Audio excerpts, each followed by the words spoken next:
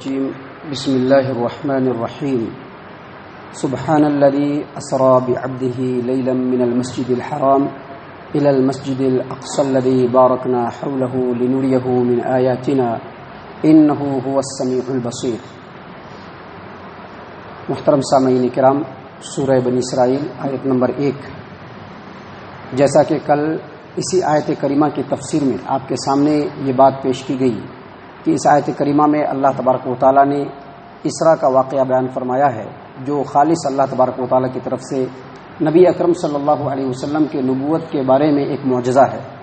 کیونکہ میں نے کل بتلایا تھا کہ مکہ سے جو بیت المقدس کا فاصلہ ہے اس زمانے میں 40 دنوں میں کمپلیٹ ہوتا تھا، اور اپ اینڈ ڈاؤن 80 دنوں میں، جبکہ محمد صلی اللہ علیہ وسلم کو اللہ تبارک و تعالیٰ نے رات کے ایک مختصر حصے میں اسراء کرایا۔ اور کل ہی آپ کے سامنے یہ بات بھی واضح کی گئی کہ جو اسراء اور معراج یہ دو واقعہ ہے، دو حصے ہیں۔ اسراء کہتے ہیں اللہ کے رسول صلی اللہ علیہ وسلم کو جو اللہ تبارک و تعالیٰ مسجد حرام سے بیت المقدس تک کی سفر کرائی راتوں رات، وہ اسراء ہے۔ اور پھر وہاں سے اللہ کے رسول صلی اللہ علیہ وسلم کو ساتوں آسمان اور وہاں کے جو عجائبات ہیں ان تمام چیزوں کا جو دیدار کرایا اللہ تبارک و تعالیٰ نے، اس کو معراج کہتے ہیں۔ میں نے کل ہی آپ کے سامنے یہ بات بھی واضح کی دلیلوں کی روشنی میں کہ نبی اکرم صلی اللہ علیہ وسلم کو جو اسراء اور معراج کرایا گیا یہ خالص جسمانی تھا، اور اس سلسلے میں نے کئی دلیلیں اور کئی قرائن اور شواہد بھی پیش کیے حدیثوں کی روشنی میں۔ اس کے بعد کل میں نے آپ کو بتلایا تھا کہ اسراء اور معراج کے تعلق سے جو روایتیں ہیں وہ آپ کے سامنے کل پیش کی جائیں گی مختصراً۔ ساری روایتوں تو پیش نہیں کی جا سکتی، لیکن چند روایتیں پیش کی جائیں گی۔ اور یہ بات یہاں پر واضح رہے کہ اسراء اور معراج کے تعلق سے صحابہ کرام نے جو روایتیں نقل کی ہے اس کی تعداد، جو صحابہ کرام کی جو تعداد ہے وہ کم سے کم 25 سے بھی زیادہ، 25 سے کم نہیں ہے بلکہ 25 سے زیادہ صحابیوں نے نبی اکرم صلی اللہ علیہ وسلم کے معراج کے واقعے کو بیان کیا ہے۔ اس میں کچھ روایتیں آپ کے سامنے پیش کی جا رہی ہیں، خوب غور سے سنیے۔ پہلی روایت جو ہے وہ جامع ترمذی ابواب التفسیر کی ہے۔ ابو ہریرہ رضی اللہ عنہ بیان کرتے ہیں کہ نبی اکرم صلی اللہ علیہ وسلم نے فرمایا کہ جب مجھ کو اسراء کرایا گیا تو اس وقت میں مسجد حرام کے اندر تھا، جبرائیل امین علیہ السلام آئے اور 2 پیالہ میرے سامنے پیش کیا، جس میں سے ایک پیالے کے اندر دودھ تھا اور دوسرے پیالے کے اندر شراب تھا۔ میں نے دونوں پیالوں کو دیکھا اور دودھ والا پیالہ لیا تو جبرائیل امین علیہ السلام نے کہا کہ اللہ تبارک و تعالیٰ کا شکر ہے، تمام تعریفیں رب العالمین کے لیے ہے جس نے فطرت کی طرف، یعنی فطرت اسلام کی طرف آپ کی رہنمائی کی۔ آپ نے دودھ کے پیالے کو قبول کیا، اگر آپ شراب کے پیالے کو قبول کرتے تو آپ کی پوری امت گمراہ ہو جاتی۔ اسی طرح سے جامع ترمذی ابواب التفسیر کی ہی روایت ہے، انس بن مالک رضی اللہ عنہ بیان کرتے ہیں کہ نبی اکرم صلی اللہ علیہ وسلم نے فرمایا کہ جب مجھ کو اسراء کرایا گیا تو اس وقت جبرائیل امین علیہ السلام براق لے کر کے آئے، براق کے اوپر لگام لگایا گیا، زین کسی گئی، اور جب اللہ کے رسول صلی اللہ علیہ وسلم فرماتے ہیں کہ میں براق پر سوار ہوا تو براق نخرے کرنے لگا، کچھ جانور ہوتے ہیں نا، شوخی کرنے لگا۔ تو جبرائیل امین علیہ السلام نے کہا کہ اے براق، تو محمد صلی اللہ علیہ وسلم کے سامنے نخرے کرتا ہے، جبکہ یہ محمد صلی اللہ علیہ وسلم اللہ تبارک و تعالیٰ کے نزدیک ان سے بڑھ کر کے بزرگ کوئی نہیں ہے، اور جو تیرے اوپر سوار ہو رہا ہے پورے کائنات میں اللہ تبارک و تعالیٰ کے نزدیک ان سے بڑھ کر کے بزرگ کوئی نہیں ہے۔ راوی حدیث بیان کرتے ہیں کہ اللہ کے رسول صلی اللہ علیہ وسلم نے فرمایا کہ اس کے بعد براق کو پسینے ٹپکنے لگے۔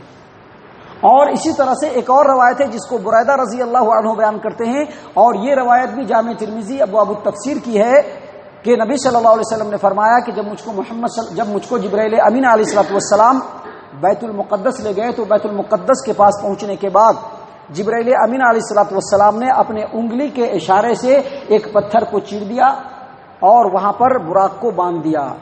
معزز سامعین کرام، صحیح البخاری کتاب التفسیر کی روایت ہے کہ جب محمد صلی اللہ علیہ وسلم کو اسراء اور معراج کرایا گیا تو کل ہو کر کے صبح میں جب لوگوں کے سامنے یہ بات نبی صلی اللہ علیہ وسلم نے بیان فرمائی تو مکہ کے جو قریش کے جو سرداران اور کفار قریش تھے وہ آپ صلی اللہ علیہ وسلم کا مذاق اڑانے لگے۔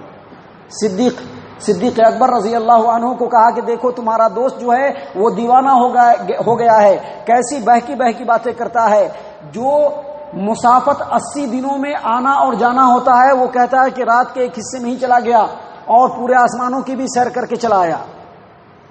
اللہ کے رسول صلی اللہ علیہ وسلم کو اس طرح سے تانے دے رہے تھے، انکار کر رہے تھے طرح طرح کی مذاق اڑا رہے تھے، اسی درمیان نبی صلی اللہ علیہ وسلم کعبہ کے اندر حتیم کے اندر تھے. تو بعض وہ کفار قریش جو بیت المقدس سے ہو کر کے آئے تھے، انہوں نے نبی صلی اللہ علیہ وسلم سے سوال کرنا شروع کر دیا، اچھا بتاؤ بیت المقدس کے اندر دروازے کتنے ہیں، کتنی کھڑکیاں ہیں، کتنے اس کے اندر پلر لگے ہوئے ہیں؟ اللہ کے رسول صلی اللہ علیہ وسلم نے فرمایا کہ اسی وقت اللہ تبارک و تعالیٰ نے میرے نظروں کے سامنے کے سارے پردے کو دور کر دیا اور بیت المقدس مجھ کو نظر آنے لگا. یہ لوگ سوال کر رہے تھے اور میں اس کا جواب دیتا جا رہا تھا. معزز سامعین کرام، صحیح البخاری کتاب الصلاح باب کیف فرضت الصلاح کی روایت ہے. ابو ذر غفاری رضی اللہ عنہ بیان کرتے ہیں کہ نبی اکرم صلی اللہ علیہ وسلم نے فرمایا کہ میرے گھر کا چھت کھول دیا گیا اور میں مکہ کے اندر ہی تھا. جبرائیل امین علیہ الصلوۃ والسلام فرشتوں کے ساتھ نازل ہوئے. جبرائیل امین علیہ الصلوۃ والسلام نے میرے سینے کو چاک کیا اور دل کو نکال کر کے اس کو زمزم سے دھویا اور ایک تشت لایا گیا جس کے اندر ایمان اور حکمت بھرا ہوا تھا، اس کو میرے سینے کے اندر ڈال دیا گیا، یعنی میرے دل کو ایمان اور حکمت سے بھر دیا گیا. اس کے بعد جبرائیل امین علیہ الصلوۃ والسلام مجھ کو لے کر کے چلے، پہلے آسمان پر پہنچے جو دنیا کا آسمان ہے. وہاں پر جا کر کے دروازہ کھٹکھٹایا، پوچھا گیا کون ہے؟ کہا کہ میں جبرائیل علیہ الصلوۃ والسلام. کہا آپ کے ساتھ کون ہے؟ کہا محمد صلی اللہ علیہ وسلم. کیا ان کو بلایا گیا ہے؟ ہاں بلایا گیا ہے. دروازہ کھولا گیا. اللہ کے رسول صلی اللہ علیہ وسلم فرماتے ہیں کہ جب پہلے آسمان پہ پہنچا تو دیکھتا ہوں کہ ایک آدمی بیٹھے ہوئے ہیں اور ان کے رائٹ سائڈ میں ایک بڑی بھیڑ ہے آدمی کی اور لیفٹ سائڈ میں بھی ایک بڑی بھیڑ ہے آدمی کی. وہ آدمی اپنے رائٹ سائڈ میں دیکھتے ہیں تو ہنسنے لگتے ہیں، مسکرانے لگتے ہیں، اور لیفٹ سائڈ میں دیکھتے ہیں تو رونے لگتے ہیں. غور فرمائیے گا کتنی بڑی بات ہے اور کتنا بڑا میسج اللہ کے رسول صلی اللہ علیہ وسلم نے اس سے دیا ہے. وہ آدمی رائٹ سائڈ میں دیکھ رہا ہے تو مسکرا رہا ہے، ہنس رہا ہے، اور لیفٹ سائڈ میں دیکھ رہا ہے تو رو رہا ہے. میں نے کہا کہ یہ کون لوگ ہیں؟ وہ آدمی جو بیٹھے تھے فوراً آگے بڑھے اور کہا مرحبا بابن صالح والنبی صالح، اے پیارے بیٹے، اے پاکیزہ نبی، مبارکبادی ہو، تمہارے لیے خوش آمدید ہے. جبرائیل امین علیہ الصلوۃ والسلام نے کہا کہ یہ آدم علیہ السلام ہے، اور یہ جو بیٹھے ہوئے ہیں تو ان کے رائٹ سائڈ میں جو لوگ ہیں وہ جنتی ہیں. باپ ہے نا پورے انسانوں کے، پورے انسانوں کا درد ہے دل کے اندر. اور یہی اللہ کے رسول صلی اللہ علیہ وسلم بتلانا چاہ رہے ہیں کہ ہمارے باپ اگر ہم نافرمان نکلے اور جہنم کے اندر جل گئے اور یہ ہمارا مقدر بن گیا تو ہمارے باپ کو کس قدر تکلیف ہوگی. وہ رائٹ سائڈ میں دیکھ رہے ہیں تو جنتی اپنے بیٹوں کو دیکھ رہے ہیں تو مسکرا رہے ہیں، ہنس رہے ہیں، اور لیفٹ سائڈ میں دیکھ رہے ہیں تو رو رہے ہیں، غمگین ہو رہا ہے دل. اس کے بعد اللہ کے رسول صلی اللہ علیہ وسلم نے بالترتیب عیسیٰ، موسیٰ، ہارون، ادریس، ابراہیم، ان تمام نبیوں کا تذکرہ کیا، لیکن کن کن پر کون ہے تذکرہ نہیں کیا. اور اس کے بعد کہا اللہ کے رسول صلی اللہ علیہ وسلم نے کہ میں موسیٰ سے ملا، ادریس سے ملا، تو اس نے کہا مبارک ہو میرے پیارے بھائی اور برگزیدہ نبی. اور اس کے بعد وہاں سے آگے بڑھے تو موسیٰ سے ملاقات ہوئی، انہوں نے بھی وہی بات کہی. عیسیٰ سے ملاقات ہوئی، انہوں نے بھی وہی بات کہی. ہارون سے ملاقات ہوئی، انہوں نے بھی وہی بات کہی. اور ابراہیم علیہ السلام سے ملاقات ہوئی تو انہوں نے بھی مبارکباد دیا. اور اس کے بعد اللہ کے رسول صلی اللہ علیہ وسلم فرماتے ہیں کہ میں اس سے بھی بلندی پر چڑھا تو ایک ہموار ٹیلا تھا، وہاں پر جب میں پہنچا تو قلم کے چلنے کی آواز آ رہی تھی. وہی لوح محفوظ کے اندر جو قلم چلتا ہے اس قلم کے چلنے کی آواز آ رہی ہے. اللہ کے رسول صلی اللہ علیہ وسلم نے فرمایا کہ اللہ تبارک و تعالیٰ نے 50 نمازیں اس امت کے اوپر فرض کی. 50 نمازیں، 50 نمازوں کو لے کر کے نبی صلی اللہ علیہ وسلم بڑے نرم دل، کچھ زیادہ بولنے والے نہیں. اگر کوئی بوجھ بھی آ گیا تو اس کو برداشت کر کے چلنے والے. نبی صلی اللہ علیہ وسلم کو 50 نمازیں ملی، کوئی اعتراض نہیں کیا، خاموشی سے لیا اور چل پڑے وہاں سے. بازو میں موسیٰ علیہ السلام بیٹھے ہوئے ہیں. کہا کہ آگے؟ ہاں آگے. کیا ملا؟ کہا کہ 50 نمازیں ملی ہے. کہا آپ کی امت کے اندر اتنی طاقت نہیں ہے. اور دیکھیے کتنی کریکٹ بات تھی، 5 نماز کی طاقت نہیں ہے آج، 5 نماز کمپلیٹ کرنے کی طاقت نہیں. اور اگر اس بات کی طرف کسی وجہ سے توجہ دلائی جائے تو دل میں ذرا تکلیف بھی ہو جاتی ہے. تکلیف نہیں ماننا چاہیے. دیکھیے جو بات آج خطیب بولتا ہے وہی بات موسیٰ علیہ السلام بہت پہلے بول دیے.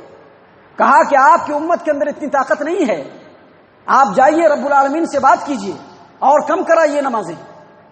گئے، نمازیں کم ہوئی، کئی بار ایسا آنا جانا ہوا، آخر میں 5 نمازوں پہ بات رک گئی. اور اللہ تبارک و تعالیٰ نے فرمایا کہ اے محمد صلی اللہ علیہ وسلم یہ 5 نمازیں ضرور ہے، لیکن میں نے جو لکھ دیا ہے وہ بدلنے والا نہیں، اس 5 کے بدلے میں 50 نمازوں کا اجر و ثواب ملے گا۔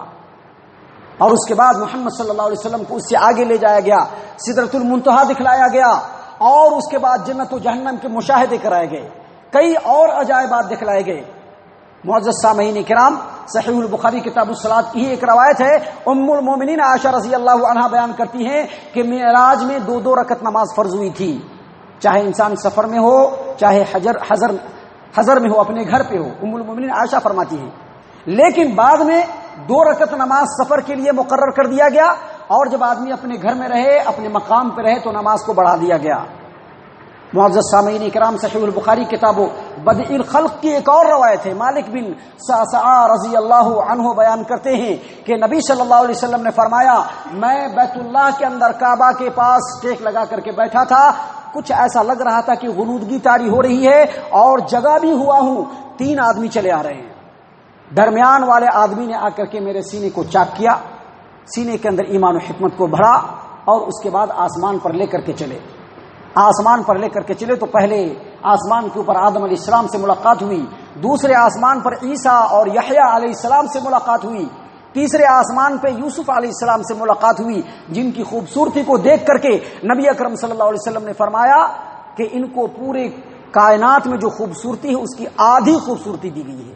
اور اس کے بعد جب 4تھے آسمان پر پہنچے تو ادریس علیہ السلام سے، 5ویں آسمان پر موسیٰ علیہ السلام سے، 6ٹھے آسمان پر ہارون علیہ السلام سے، اور 7ویں آسمان پر ابراہیم علیہ السلام سے ملاقات ہوئی۔ اس کے آگے بڑھے تو اللہ تبارک و تعالیٰ نے محمد صلی اللہ علیہ وسلم کو 50 نمازیں دی۔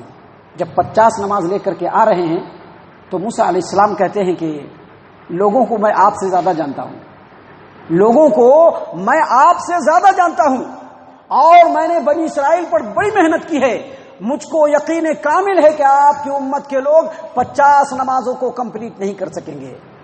اور آج ہماری محمد صلی اللہ علیہ وسلم کے اس امت کے لوگ بہت ہی افسوس کے ساتھ کہنا پڑتا ہے کہ 5 نمازوں کو کمپلیٹ کرنا بھی مشکل ہے۔